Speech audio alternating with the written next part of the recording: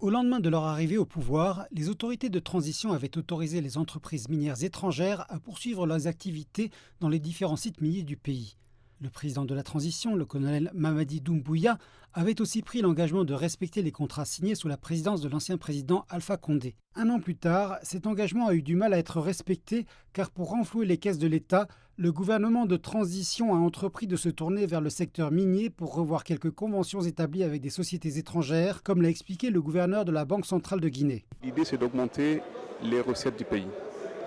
Nous avons un pays qui est gâté par la nature. Nous avons des mines, nous avons des paysages exceptionnels, mais malgré ça, lorsqu'on regarde le quotidien du Guinéen, en fait, on voit que tous les Guinéens ne bénéficient pas.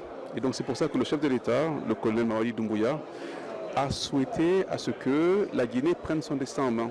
Par exemple, en imposant des prix de référence, notamment au niveau de la bauxite, parce que malheureusement, certaines entreprises ont souvent tendance à minimiser de ce prix des transferts. Et donc, c'est beaucoup de manque à gagner au niveau de l'État.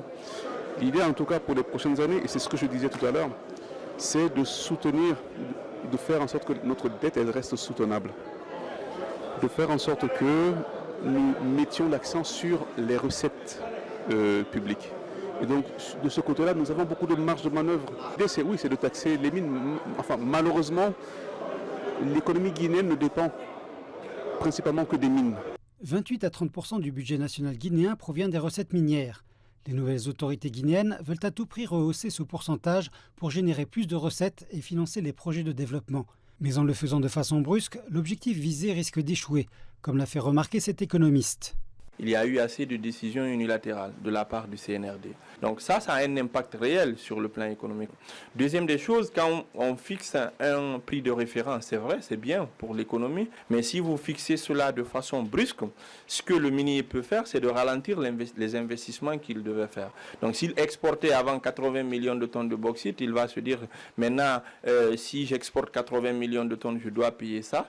Il peut renoncer à certains investissements qu'il va faire. Donc, aurait été souhaitable, c'est qu'il y ait une concertation, un dialogue et que ces décisions soient dans le temps.